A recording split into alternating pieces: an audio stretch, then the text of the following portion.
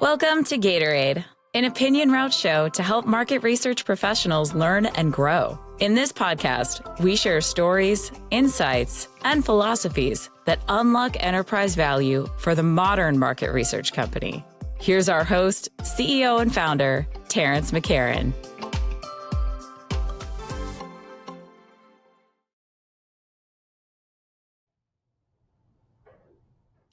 Given a lot of the industry conversation around fraud events that has affected a small B2B sample company in the industry that led to an indictment, actually, of a key company personnel, we've been paying attention on LinkedIn to a lot of the industry chatter.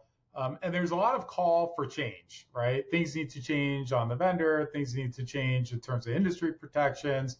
There's so much call for change, as a matter of fact, that we're almost detecting a feel of a bit of helplessness on the side of many market researchers. So it's in the spirit of trying to create a sense of empowerment for market research agencies that we record this podcast today.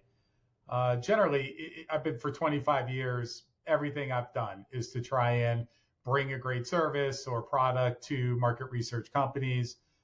And my colleague, Scott Stein, has done the same for about 20 years. So together, that's a lot, thousands of hours of conversations with market research companies in trying to introduce some change that we think would be for the better. So we were talking internally this week around, well, how can we help researchers feel a little more empowered and that they can take some control in what feels like a complicated world.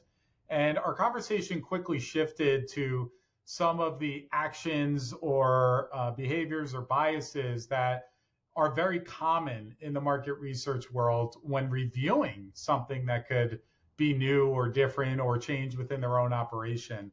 And we quickly settled on that there are 6 key things that we believe market researchers could reflect on that may be holding you back from having systemic improvement in your operation that would create a coat of armor over things like have been in the news over the last week or so. So Scott and I decided to jump on a podcast, record these 6 things that we have found as very common as change adoption barriers that may, if they affect you as a market research company, you may want to revisit. And it's also not lost on us as well that a lot of opinion route clients have already sort of taken the jump, the leap of faith, if you will, to overcome some of these biases and ingrained behaviors that have led them to us, that has actually led to a degree of protection and systemic improvement in their own operation. So again, thank you to our clients for the trust you place in us always. We'll continue to try and earn it. And for those of you that haven't yet done that or, are sort of clinging to old truisms that may be not serving you anymore, we hope this is a moment of reflection and a guide to some areas where you can take back control and feel more empowered amidst a small degree of chaos. All right, Scott. So here we are, spilling over from internal conversations. We came up with top 6 things that market researchers may want to review, that whether or not these things are part of their process and decision-making around change, that could be standing in the way of actually helping them improve and move forward. So top 6 things. Why don't you tackle number 1? First, it was hard to get it down to 6, right? We did. We had a little bit of fun with this list, but we wanted to keep it below an hour and 30 minutes. So the first one that jumped off to both of us, right? If you've done this long enough, the first thing that everybody asks when you sit down at the table is, what's your price? Price. And I think we all know the adverse chain reaction that can happen if you just go with the lowest price provider, right? There is a time, there is a place for that, 100% agree. But you have to understand there are repercussions if you're just going with the lowest cost, right? So when you do have a conversation with panel companies as an acting MRA contact, right? You want to lead with quality. And if anything, if they've taught us anything over the past week, you've got to talk about how you source and how you're built, and what kind of quality mechanisms do you currently have, and how do you follow up when something goes sideways, and something will go sideways, right? That's just part of the nature that we do. So, I mean, it's incredibly important. And I know I want to be empathetic here to the contacts who are some of my very, very good friends over the years. They get inundated, Terence, right? They get 10 calls a day from panel companies, and they just want to get through it a lot of times. And so they say, what's your cost? What's your price? What's your price? Do you have project minimums? And that leads into conversations about rebates, which is an entirely different pricing conversation that you and I chuckled on, leads to bad decision making. So all of that is an ecosystem around pricing. I will say this too. We could spend an entire session just on that, in my opinion. But a lot of the smaller and mid-size MRAs don't feel like they have an opportunity to purchase, QC platforms, right? They just think it's too expensive, or it's not for them. Somebody breaks off from it, like an Ipsos or a Harris, and they just go, it was taken care of for me before, and I'll spend the 2 hours in the back end just cleaning it up because that's my only option. I even read that in the chat in LinkedIn last week. Said, I wish someone would come up with a platform that helped, companies that they could afford it. And there's actually some fairly good options, and we're, I think, one of the best ones that are available, and it's very cost effective. So if you're going to lead with price is important. My recommendation is don't lead with price. Let's learn from what we've done here, and let's talk about quality before we get to the price, because the back end will triple, quadruple your costs if you don't do it the right way.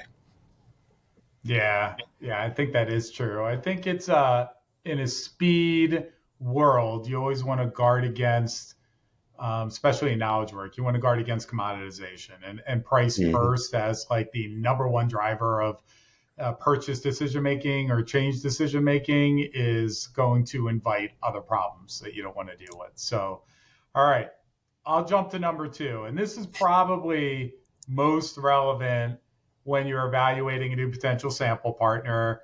There is a remarkably consistent thing that market research agencies have done since the beginning of time is everything sounds great in the meeting. They give great feedback. And they say, great, let's give it a shot. And then they caveat that with saying something like, I'll send you a bid next week. Then the bid comes across, and it is literally one of the most difficult, unique audiences ever conceived for a market research almost every study, time, right? Terence, almost every time. So I call that chasing a unicorn, right? Where the impact on that, like I get it, the market research company and the procurement person is seeing an opportunity to try a new vendor on an immediate need. Like, so that's a definite benefit. But it's actually not an evaluation of what that vendor can do. So that puts that new vendor in a bit of a jam, right? Where they have a decision. Are they going to say no, and then they're turning down an opportunity? Or are they going to get in a habit of showing like good service and then saying yes in something that they don't even know how it's going to get done? So the outcome of that project is also is almost seems like a no-win situation, because if they fail, well, then like their reputation is solidified for life with that market research agency. But if they succeed, then they cement their reputation as being the company that can get the impossible done, which is not really a healthy business, right? So that's a very, very ubiquitous, bias or behavior or habit that we see, in my experience, the market research companies do pretty on a widespread basis. Yeah, you know what? If I can piggyback, we talked about this a little bit. On top of that, right? What you always hear, it's a related cousin to, right? We'll just give you a really hard project. It's that we just have to wait for the right project, right? Yeah. And that always makes me really nervous too. What does that even mean? Have I been pigeonholed into, you think I can only do this one thing? How long is it going to be down the road? Lots of different reasons, but I think they're related. If not, they're distant cousins to that. So I think when you hear we need to wait for the right project, I don't know if that's the best course of action either. I think to do a fair evaluation, and you just kind of alluded to it, Terence, is to maybe a difficult project, okay, but give a fair evaluation project so you can get good metrics off it too. If I'm an MRA, I want to know what they can actually do. If I give somebody the impossible, then I already know what the results are going to be. If I'm truly evaluating you as a vendor, Terence, like I want to know what you can do. I really do. So I don't know if the unicorn project, as you called it, I like that. I'm going to steal that. Is the best course of action, and it's commonplace. You saw me chuckle a little bit. Yeah. Yeah. To me, that's kind of that right project thing. Oh, it's so common. And to your point, what does that even mean? I don't think there's usually an answer to that question. And I think that relates even to technology, right? There could be a transformative technology that they get all excited about and they go back into the day-to-day habits and the day-to-day grind. And all of a sudden, from a change management standpoint, that starts feeling like, oh man, I got to do a lot of work to figure that out. So the right project just means like I'm a little overwhelmed by the concept of the change, so I'm going to put this off a little bit. And it's there's all different psychology on why people kind of dodge the change. But yeah, that line of we're just going to wait for the right project is, oh my gosh, if I had $1 for every time I heard that in 25 years, I wouldn't be working anymore, right? Yeah. All right, so number 4, this is a bias, I would say, and then it plays out in behaviors. So the bias, which I think is aged out, I think this is, especially over the last week, we need to just blow up, right? Which is this notion of, well, my vendors own data quality. So I don't have to worry about that. I don't have to learn new things. I don't have to evaluate anything because it's my vendor's responsibility. Now, this is a very well-grounded bias, I would say, because my whole time in the industry, your data collection partner was responsible for the quality of the data collection, right? So I think that's actually anyone that's got history or experience in our sector is going to have a degree of really being grounded and trained in that reality. So this is a tough one, right? From a change management, I'm just saying, I know this is a tough one. But the reality is, and I've been writing about this for 10 years and talking about it and the conferences and the like, but there is an inherent misalignment when you're thinking about data quality and sample companies. And not everyone wants quality. That's not where the misalignment is. Where the misalignment is in the economics of delivering projects. And the economics in today's programmatic sample company is really geared around volume, right? Or traffic, where market researchers are really project focused and the integrity and quality of the data from every respondent on that one project. So that perspective of viewing things in mass volume versus viewing really individual cases on a single project leads to a fundamental misalignment that cannot be reconciled. So you do not want to abdicate a project level data quality's responsibility to a vendor who's not using that individual project as meaningful inputs in their business. Yeah, there's a bit of trust but verify there too, right? For sure, as you like to say. I'm going to steal another one of your words, decoupling.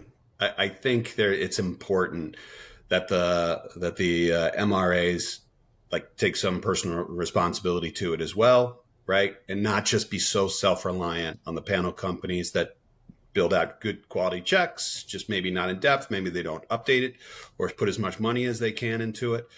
But then we need to decouple that from the relationship from full-on responsibilities from the panel company to the MRA. So what is the MRA supposed to do? And that's where the QC, platforms come into play. And that together is the trust but verify mantra. So what do we got next? What do you think? Yeah. We don't use aggregators.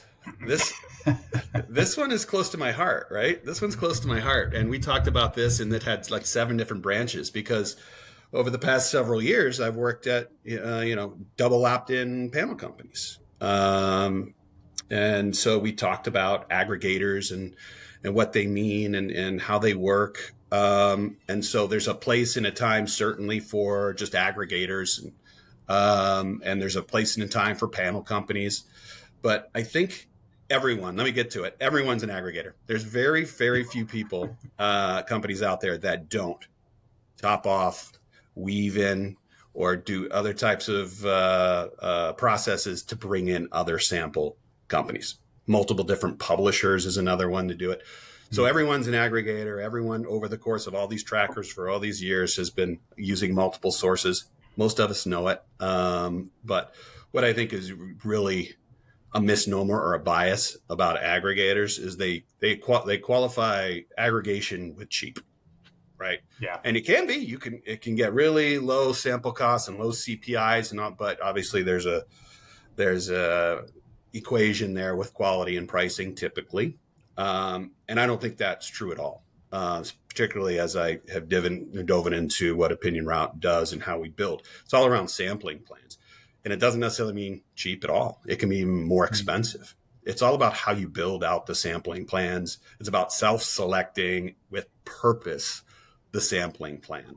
And that's what we do here at Opinion Route. That sure, we pull in different sources, but I think it's kind of lazy just to have a blanket statement saying everyone's an aggregator in some cases, because you have to be purposeful how you build out those sampling plans. And that's how you can be more expensive, but you're also about quality. And again, that's what we're talking about here, is that we self-select and choose the vendors that we work with on an individual project level, right? I used this analogy before. It's like going into the doctors, right? A doctor doesn't give you a prescription. Every single patient's the same prescription every single time. It's a different evaluation. And we do that. We get down to the project level. And that's how we come up with the sampling plans to self-select with purpose, how we choose the vendors. And we try to modify it and match costs. And so we can get costs down. But again, it's about quality first. And again, that's why we're here talking about it. So we don't use aggregators, kind of bleeds into a lot of different areas. We could do a podcast on its own just for that. But again, I'll leave with, I think just about everyone aggregates in some capacity. Yeah. And when you think methodologically, that's not necessarily, as you made a good point, not necessarily a bad thing either, right? And by us saying this is not breaking any news. It's been this way for 15 years in the industry. And I think advanced technology overall has solved a lot of problems. I mean, we could never go back, in my opinion, to 20 years ago where we just decide on any given project between one of three panels. There's a lot of good sound reasons to have a blend on every single project. So the question in place for the MRA is, do you want to be the one who has a transparent insight into how that blend, how that aggregation is happening? Or do you want to just subcontract that and act like it isn't happening, right? So that's definitely an old habit dies hard situation. And this is actually a really good segue to our last of our top 6 things we want you to think about in your own business. So the last one is that this concept, which is rarely said out loud, but behaviorally is communicated, in that our past decisions are not up for discussion, right? So we've been using this vendor, this technology for 10 years, 5 years, 15 years. Right. So we're never going to review that. Like, it's just, we made that decision. We're never going to review it.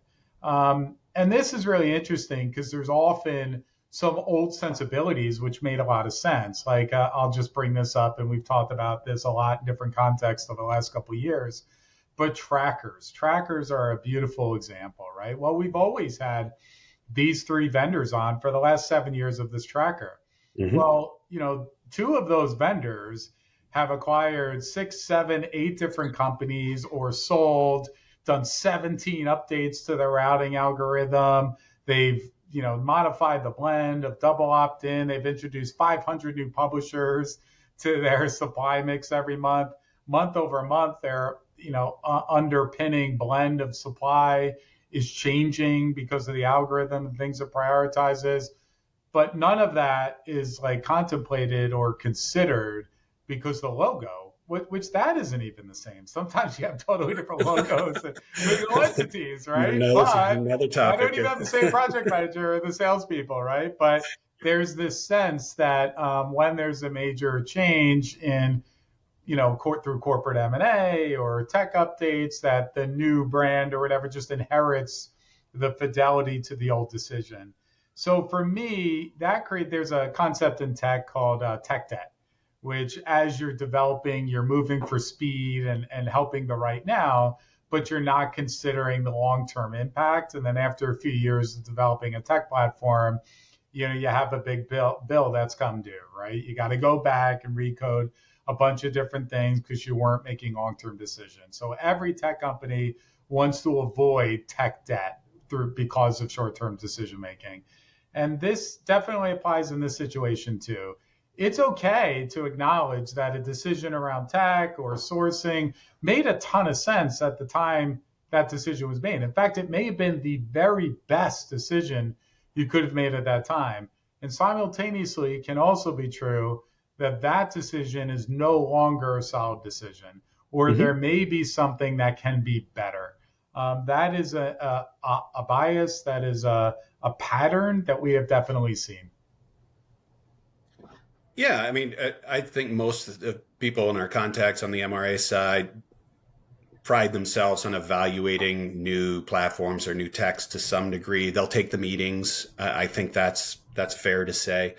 Where people stop short is activation, right? Who do they bring into the room? Do we empower them enough where they can talk openly about why this is a better solution, why the tech has changed, why the bots, and how is AI affecting everything? How is that changing our industry? So they do a good job, I think, of listening, going to the conferences. But there is a bias about that change. And they may not have even been the person to make that original decision, right? So it's just been that way for a long time. And I guess I'd also add, if you do have a QC platform, and not everybody does, right? They're completely beholden to the panel companies. But if you do have a QC platform, like some of the questions you definitely want to ask is how often is it updated, right? I always talk about that. Are there updates? Are they using it to the best of their abilities? Are they turning all the features on for sure? Some people will buy it and just not utilize it to the best of the ability. And that's a bias, right? And so it's just, you're right. The title's the same, or the brand's the same. The logo may be the same. That made me laugh. But there's certainly a bias to where the MRAs need to ask the right questions with the panel companies and with the QC platforms to make sure that they're getting all of the money and the integration into their systems, right? And not just rely, here's the last one I'll toss it back to you, not just rely on all the mounds of paperwork that we've traditionally used, the panel profile books, SMR 37, all good stuff. I'm not criticizing it. I just think it, in a lot of cases, needs to be updated to where we are today. And where we find ourselves in the QC, world that has impacted us all to a great degree this past week. Yeah. You know what, Scott? I think that's a great point. I think my final thought on all this will be, again, we're coming from a spirit of trying to just focus on the things that are within our control. And if we're feeling a little unsettled or nervous about things that are coming to light in the news over the last few weeks, or last week in particular for us, right, then there are things you can do. I think that's the biggest thing I'm trying to leave people with. The market research companies can really lean into, they have a lot more power than I think they realize. They tend to think that they have to plug into this ecosystem of what clients are demanding on one side and what vendors' realities are on the other. But I always view that as not being the case.